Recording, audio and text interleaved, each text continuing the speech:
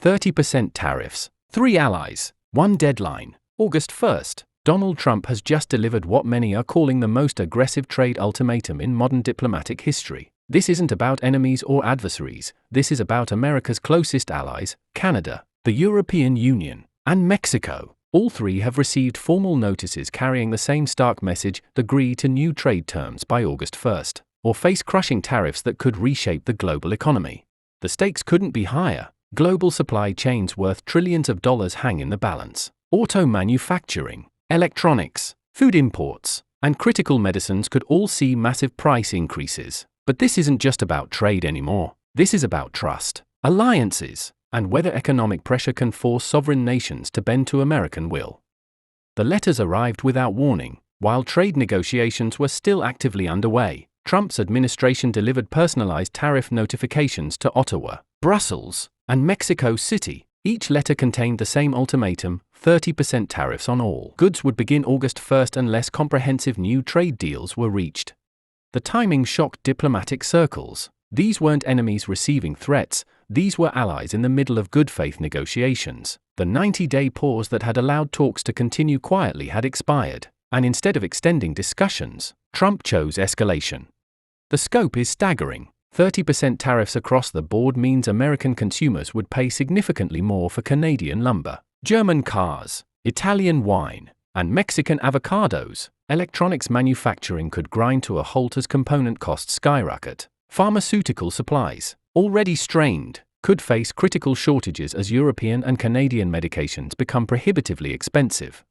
What makes this round different is the departure from traditional diplomatic norms. Previous trade disputes involved gradual escalation, sector-specific tariffs, and months of preliminary warnings. Trump's approach represents a complete break from established protocol, delivering ultimatums while negotiations were ongoing, targeting allies rather than adversaries, and using social media announcements instead of formal diplomatic channels. Canada found itself in the crosshairs even before the formal ultimatum. On July 9th, Trump imposed a devastating 50% tariff specifically on Canadian copper exports, with copper exports to the United States valued at $4.8 billion annually. This move threatened to collapse entire Canadian mining operations overnight. Prime Minister Mark Carney's response has been calculated silence. Rather than matching Trump's public rhetoric, Carney set a quiet deadline of July 21st and instructed his team to work through back-channel negotiations. Ambassador Kirsten Hillman has been leading intensive talks in Washington, focusing on sectoral exemptions and carve-outs that might protect Canada's most vulnerable industries. The Canadian strategy reflects a fundamental understanding of the relationship's asymmetry. Canada's economy is deeply integrated with the United States, particularly in automotive manufacturing and natural resources. Over 75% of Canadian exports go to the United States, making retaliation economically suicidal. Instead, Canada is betting on precision diplomacy, identifying specific areas where American industries would be hurt by tariffs and quietly negotiating exemptions. The copper tariff specifically targets one of Canada's most strategic exports. Canadian copper is essential for American infrastructure projects, electrical systems, and renewable energy installations. The 50% tariff doesn't just hurt Canadian miners, it makes American construction and manufacturing more expensive at a time when infrastructure investment is a national priority. Carney's approach contrasts sharply with Trump's confrontational style. While Trump uses Twitter threats and public ultimatums, Carney has avoided press conferences and inflammatory statements. This represents a calculated bet that quiet competence can outlast loud politics, but it also signals Canada's recognition that it cannot win a public fight with the United States. The European Union faces a more complex calculation. Unlike Canada or Mexico, the EU has the economic scale to retaliate meaningfully against American tariffs. With a combined GDP larger than the United States, the European Union can impose counter-tariffs that would genuinely hurt American exporters.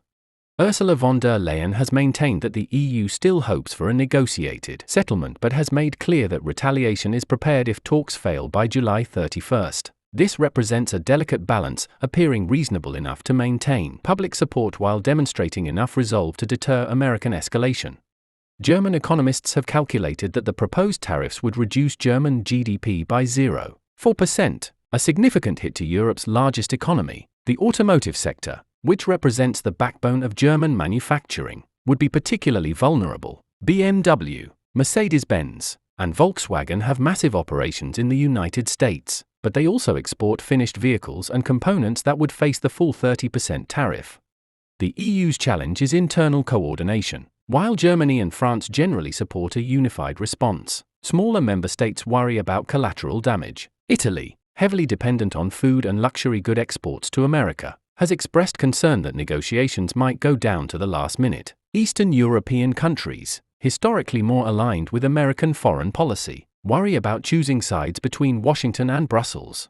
Trade Commissioner Maros Efovy has described the situation as close but complicated, suggesting that technical solutions exist but political will remain uncertain. The EU is preparing a joint statement that would authorize immediate counter-tariffs, but achieving unanimity among 27 member states on such short notice represents a significant diplomatic challenge.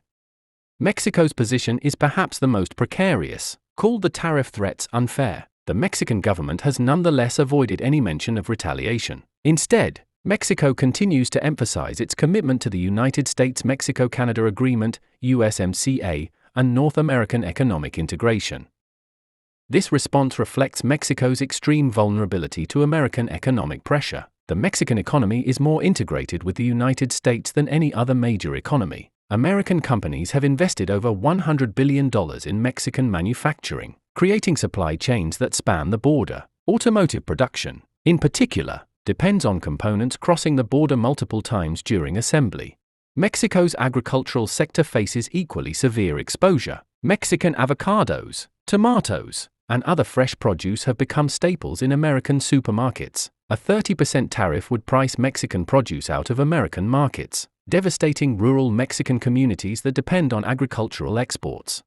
Despite this vulnerability, Mexico is quietly preparing contingency plans. Mexican officials have reached out to other Latin American countries about alternative trade relationships and have begun exploring expanded partnerships with Asian markets. However, these preparations are conducted discreetly to avoid provoking American retaliation. The Mexican strategy appears to be betting on American business interests. Companies like General Motors, Ford, and numerous technology firms have invested heavily in Mexican operations. These companies would face significant cost increases if supply chains were disrupted, creating a domestic American constituency for continued trade cooperation. Just as the three primary targets were digesting their ultimatums, Trump delivered an even more shocking blow to Brazil. Without warning or negotiation opportunity, the administration announced a 50% tariff on Brazilian goods, effective immediately. Unlike the ultimatums to allies, Brazil received no deadline, no negotiation window, and no opportunity to respond. The Brazil tariff represents a dangerous escalation for several reasons. First, it demonstrates that Trump's trade policy extends far beyond the original three targets. Second, it shows that tariffs can be imposed without negotiation opportunities. Third, and most troubling, Trump explicitly linked the Brazilian tariffs to the ongoing prosecution of former President Jair Bolsonaro, introducing domestic political considerations into trade policy. This political dimension transforms the tariff from an economic tool into a foreign policy weapon. By punishing Brazil for prosecuting Bolsonaro, Trump signals that American trade policy will reward or punish countries based on their domestic political decisions. This sets a precedent that could fundamentally alter international relations. Brazil's response has been one of stunned silence. The Brazilian government had not been engaged in any trade disputes with the United States and had no warning that tariffs were under consideration. The 50% rate is prohibitive for most Brazilian exports, effectively cutting off access to American markets overnight. The Brazil escalation also triggered a response from China. Chinese officials warned that countries aligning too closely with the United States might face similar retaliation, effectively threatening to punish nations that cooperate with American trade demands. This creates a dangerous dynamic where countries must choose between American and Chinese economic pressure. The ultimatums to Canada, the EU, and Mexico, combined with the punishment of Brazil, reveal a broader strategy that extends far beyond trade policy. This represents the weaponization of economic relationships for geopolitical advantage. Over 20 countries are reportedly being considered for similar tariff notices. The targets include semiconductors, pharmaceuticals, and critical minerals, sectors that are essential for national security and economic competitiveness. By threatening these supply chains, Trump is forcing countries to choose between economic cooperation with the United States and maintaining independent trade relationships. The strategy appears designed to create American economic hegemony through coercion rather than cooperation. Traditional trade policy sought mutual benefit through negotiated agreements. This approach uses economic punishment to force compliance with American demands. The timing suggests coordination with broader geopolitical objectives. As tensions with China continue to escalate, these tariffs force traditional allies to choose sides more definitively. Countries cannot maintain neutral positions when faced with economic ultimatums. The use of social media for trade policy announcements represents another break from established norms. Rather than working through established diplomatic channels, Trump announces major policy changes on Truth Social, often catching even American officials off guard. This creates uncertainty that itself becomes a tool of pressure. The response to Trump's ultimatums reveals the strain being placed on traditional alliances. Canada continues its quiet diplomacy, hoping to secure a copper carve-out and broader sectoral exemptions. However, Canadian officials privately express frustration with the unpredictability of American policy. The European Union is preparing its joint statement while managing internal divisions. Germany and France support a strong unified response, but smaller member states worry about escalation. The EU's challenge is demonstrating resolve without triggering a full trade war that would hurt European exporters. Mexico maintains its cooperative stance while quietly preparing alternatives. Mexican officials have intensified outreach to Asian markets and are exploring expanded trade relationships with countries outside North America. However, these efforts cannot replace the integrated North American economy in the short term. Brazil's isolation demonstrates the risks of defying American demands. Without warning or negotiation opportunity, Brazil has been effectively cut off from American markets. This sends a clear message to other countries about the consequences of crossing American interests.